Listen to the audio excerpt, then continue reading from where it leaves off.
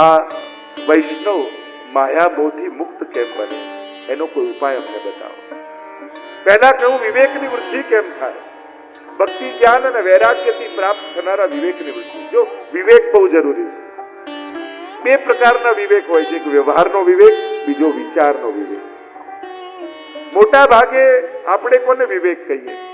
કેમ બેસવું, કેમ બોલવું, ક્યારે બોલવું, કેમ ખાવું, કેમ ઉઠવું, કેમ શું, વ્યવહારની કુશળતાને વિવેક કહેતા હોઈએ. પણ મહાપ્રભુજીનો 16 ગ્રંથમાં એક ગ્રંથ છે, એનું નામ છે વિવેક ધૈર્યાસ. અને એમાં મહાપ્રભુજીએ વિચારના વિવેક આપ્યા કે જીવનમાં જ્યારે સંજોગો વિપરીત આવે ત્યારે એક વ્યક્તિ બનીને સમાધાન કાઢવા જશો ને તો સંઘર્ષો ઉભા થશે, પણ એક વૈષ્ણવ બનીને સમાધાન કાઢશો ને તો જીવનમાં શાંતિ આવશે. તો એક વૈષ્ણવનો વિચાર કેવા હોય? એક સાધારણ વ્યક્તિનો વિચાર અને એક વૈષ્ણવનો વિચાર, આ બંનેમાં બહુ મોટો ફરક છે. કારણ કે વ્યક્તિપણું સંઘર્ષ પેદા કરશે, વૈષ્ણવપણું શાંતિ જીવનમાં લાવશે. અને એક વસ્તુ નિશ્ચિત છે, જ્યાં સુધી વૈષ્ણવ બનીને વિચારશો નહીં ત્યાં સુધી વૈષ્ણવ બનીને વિવેક પ્રક્રિયા પણ નહીં કરી શકો, વ્યવહાર પણ નહીં કરી શકો. એટલે વૈષ્ણવતાનું જીવન જીવવા માટે વૈષ્ણવ બનીને વિચારવું બહુ જરૂરી છે. જીવનમાં આવા સંજોગો આવ્યા ત્યારે પોતાની જાતને પ્રશ્ન કરો કે આવા સંજોગોમાં એક મહાપ્રભુજીના સેવકે શું કરવું જોઈએ? આવી પરિસ્થિતિમાં એક વૈષ્ણવે શું કરવું જોઈએ? અને આ રીતે વિચાર કરશો ને તો જીવનમાં સારા સમાધાનો નીકળશે. પણ વ્યક્તિ બનીને જશો તો સંઘર્ષ સિવાય બીજું કંઈ નહીં. મહાપ્રભુજીએ વિચારના વિવેક આપ્યા છે. નવ વિવેકોની અદ્ભુત ચર્ચા છે, આગળ સમય મળશે તો આપણે કરીશું. કહ્યું, ઈ ઘોરે કલૌ પ્રાયો જીવશ્ચા સુરતામ ગતા. આ કલિયુગમાં જીવ આસુરી વૃત્તિ વાળો થઈ ગયો. ક્લેશાક્રાંતસ્ય તસ્યૈવ શોધને કિમ પરાયણ. ક્લેશમાં આક્રાંત થયો. કલિયુગ એટલે શું? કલિયુગ એટલે ક્લેશ. આજે લોકોના ઘર ઘરમાં ક્લેશ છે, આજે પ્રત્યેકના જીવનમાં ક્લેશ છે. એ જ તો કલિયુગ છે. આ ક્લેશમાંથી મુક્ત કેમ થવું? કઈ રીતે મુક્ત થઈ શકાય એનો ઉપાય અમને બતાવો. પ્રશ્ન કરતા કહ્યું, શ્રેય કરનારામાં પણ શ્રેય કરનારું હોય, પાવન કરનારામાં પણ પાવન કરનારું હોય, અને ગુરુદેવ ભગવાન કૃષ્ણને મેળવી આપે એવું સાધન અમને બતાવો. જો આ ઋષિ મુનિઓ કેવા પ્રશ્નો કરે છે, યજ્ઞ કરતા કરતા પણ ક્યારે આપણે આપણા ગુરુ પાસે બેસીને ચર્ચા કરી મને ઠાકોરજી મળી જાય એવું કોઈ રસ્તો બતાવો, મને પ્રભુ મળે. જો મહાપ્રભુજી તો શેના માટે પધાર્યા? અદે દાન દક્ષ મહોદાર ચરિત્રવાન. કયું અદે દાન મહાપ્રભુજી આપ્યું છે? બે. એક, નિકુંજમાં વસતા નિકુંજના નાયક એવા શ્રીનાથજી આપણને સેવ્ય રૂપે આપ્યા. અને બીજું, સેવા કરવા માટે વ્રજભક્તોનો ભાવ આપણને આપ્યો. કેવલ ઠાકોરજી જ નથી આપ્યા, એને પ્રેમ કરવા માટે વ્રજભક્તોનો ભાવ પણ મહાપ્રભુજી આપણને આપ્યો. આ વધારે મોટું દાન છે, કારણ કે આ બે વસ્તુ કોઈ નથી આપી શકતું.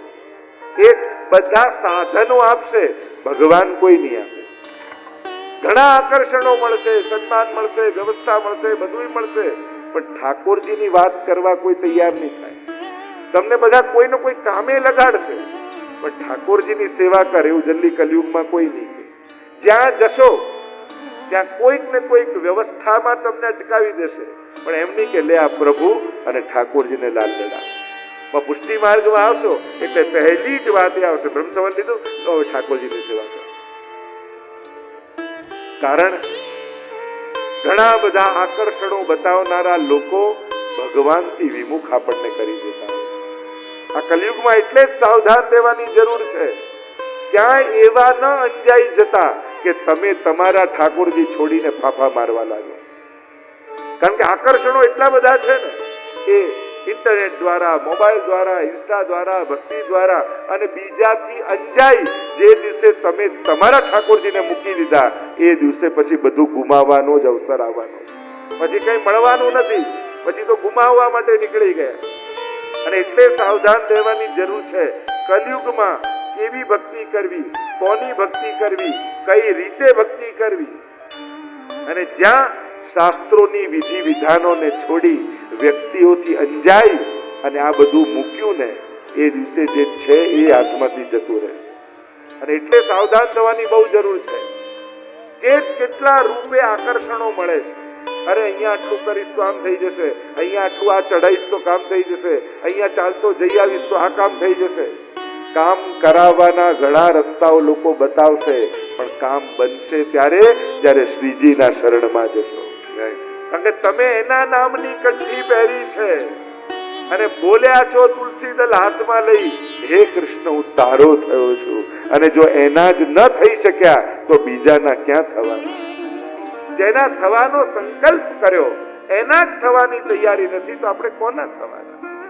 બધા જ મહાન છે, બધા શ્રેષ્ઠ છે, પણ તમને મહાપ્રભુજી કહે શ્રીનાથજીએ પોતાની ભક્તિ માટે પેદા કર્યા છે.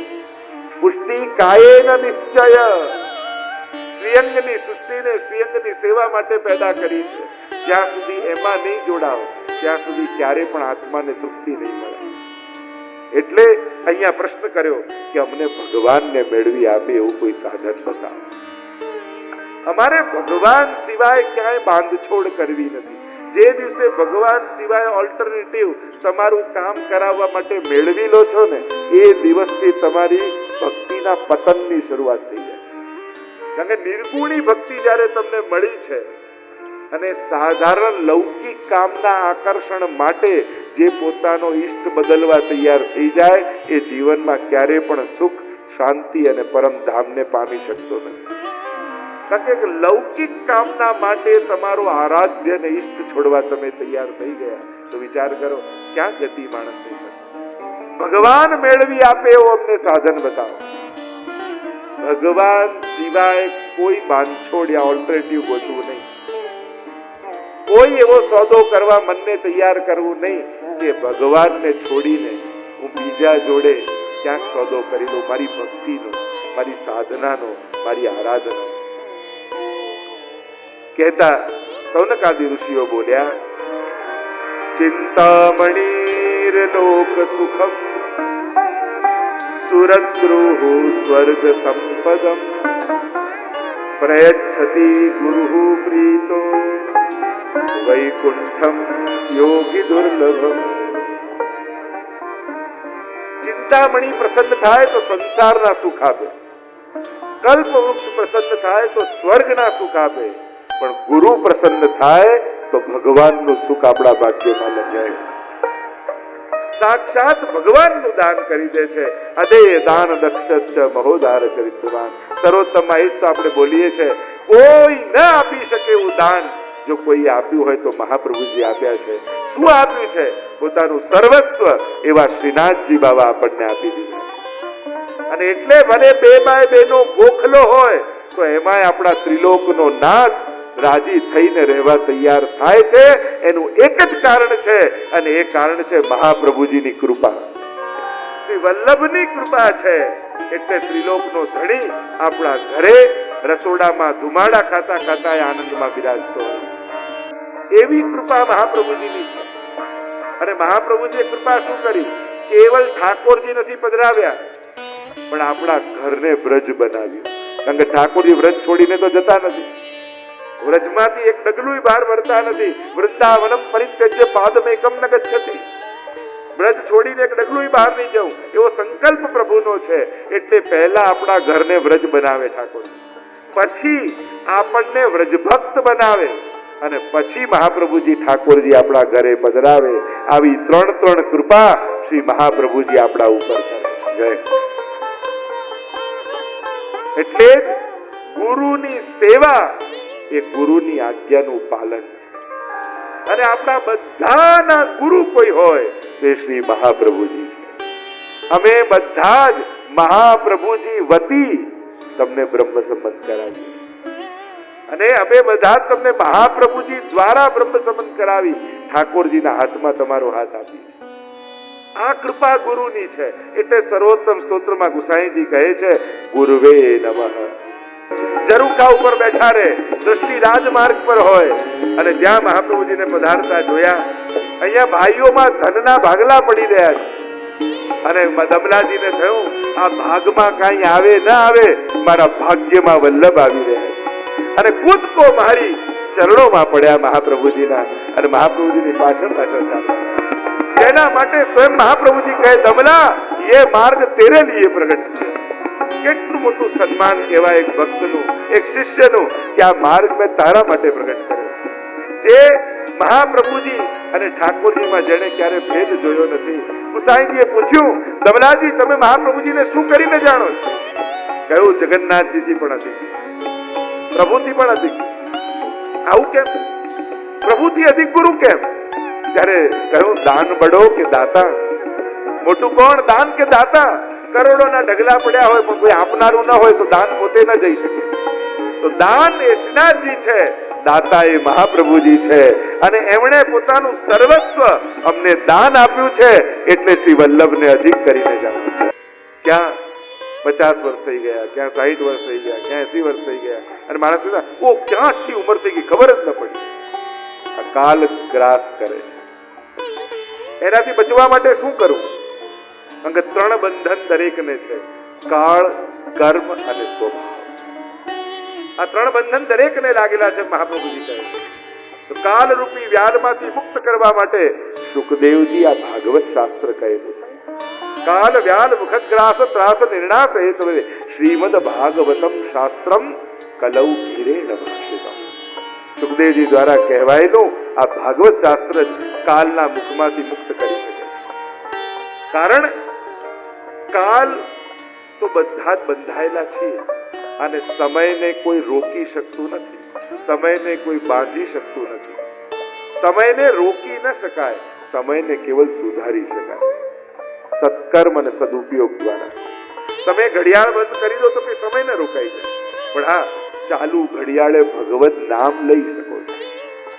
તમે સમયનો કેવલ સદુપયોગ કરી શકો છો, એને રોકી શકતા નથી. એટલે જેણે જેણે કાળને રોકવાની કોશિશ કરી એ બધા ગ્રાસ થઈ ગયા, કાળને જેણે સુધારવાની કોશિશ કરી એ બધા તરી ગયા. પરીક્ષિતને પણ શ્રાપ લાગ્યો, 7 દિવસ જ છે. કંસને પણ ખબર હતી, આકાશવાણી થઈ કે તારો 8મો ગર્ભ કાળ થશે. કંસે કાળને મારવાની કોશિશ કરી તો પોતે મરી ગયો. પરીક્ષિતે કાળને મારવાની નહીં, કાળને સુધારવાની કોશિશ કરી તો તરી ગયા. અને એટલે સીમિત કાળ છે બધા પાસે, જવાનું છે એ નિશ્ચિત છે. રડતા રડતા મરી જવું છે કે હસતા હસતા તરી જવું છે, એ આપણે નક્કી કરવાનું છે. ભાગવત તમને કળા શીખવાડે છે. ભાગવત કહે કે આ દુનિયા મરીને જાય છે. ભાગવત સમજાવે છે આપણે મરીને નથી જવું, આપણે તો જીવીને જવું છે. જીવનનો ઓડકાર લઈને જવું છે, જીવનની તૃપ્તિ લઈને જવું છે. લોકો માટે મૃત્યુનો સમય એ ભયભીત કરવાનો સમય છે, અને ભક્ત માટે ભગવાનના મિલનની ઘડી છે. મરને સે સબ જગ ડરે, મેરે મન આનંદ, और मरने ही ते पाइए पूर्ण परमानंद. આ તો મારા પ્રભુને મળવાની ઘડી છે. બસ આટલો ફરક છે. સંજોગો સરખા છે, સમજ બદલાય છે તો એકના માટે ઉત્સવ છે, બીજા માટે ઉદાસીનતા છે. તો ઉદાસીનતામાંથી ઉત્સવ સુધીની યાત્રા એ જ આ ભાગવતની યાત્રા છે. નહીં તો શ્રાપથી ઉદાસ થઈ જવાત પરીક્ષિત મહારાજ. અરે 7 દિવસમાં મૃત્યુ શ્રાપ લાગ્યો, પણ ગુરુ મળ્યા ને તેણે ઉદાસીનતામાંથી ઉત્સવ કરી નાખ્યો. જે ક્ષણે ગુરુ જીવનમાં આવે તો હતાશા જતી રહે અને પ્રત્યેક ઘડી ઉત્સવ બની જાય. કારણ કે સમજ આપે છે જીવન જીવવાની. કહ્યું, અરે આ ભાગવતની કથા એ તો દેવતાઓને પણ દુર્લભ છે. જ્યારે પરીક્ષિત મહારાજ સુખદેવજી ની આગળ બેઠા છે અને સુખદેવજી કથા કહેવા લાગ્યા, એટલામાં વિમાનો ઉતરે આકાશમાંથી. અમૃતનો ઘડો, સુવર્ણનો ચરુ લઈને ઇન્દ્ર બહાર આવ્યા. સુખદેવજીને કહેવા લાગ્યા, મૃત્યુનો ડર છે ને, એમ કરો, લો અમૃતના ઘડામાંથી અમૃત આપીએ, પરીક્ષિત મહારાજ પી લેશે, અમર બની જશે. કહ્યું કે પરીક્ષિતને પૂછો, પરીક્ષિતને કહ્યું કે તારે અમૃત જોઈએ છે, સ્વર્ગનું અમૃત પીશ, અમર બની જઈશ. પરીક્ષિતે કહ્યું અમર તો બનીશ પણ અભય બનીશ. ભયભીત થઈને લાંબુ જીવા કરતા અભય બની અને ફૂલ જેવું સુગંધિત જીવન જીવીને જાય. પથ્થર જેવું લાંબુ જીવન નથી જોઈતું, મારે તો ફૂલો જેવી ઘડીઓને સુગંધિત કરીને જવી છે. અભક્તાંસ્તાંશ વિઘ્નાય નદ દૌસ કથામૃતમ. અભક્ત જાણ્યા દેવતાઓને કથામૃત ના આપ્યું. છાના માના કથા પંડાળમાં બેસી ગયા હોત કથા સાંભળવા તો કોઈ ના નતું પાડવા, પણ અમને મળે ને બીજાને ન મળે, અમે જ સાંભળીએ. આ જે લોલુપતા દેવતાપણું છે ને એટલે કથાથી વંચિત રહી ગઈ. જો કથા તો પરબ જેવું છે, પાણીની પરબ ખોલો અને જેટલા લોકો પાણી પી જાય એટલું પુણ્ય વધારે. કથા બેસાડો અને જેટલા લોકો સાંભળી જાય એટલું પુણ્ય વધારે. અમુક વસ્તુને વાટવાની મહત્તા છે, ખાવાની નહીં. તમને કોઈ શ્રીનાથજીનો પ્રસાદ લઈને તમે નાથદ્વારાથી આવ્યા, તમે કેટલું ખાઈ ગયા એની મહત્તા નથી, તમે કેટલાને કણિકા વાટી એની મહત્તા છે.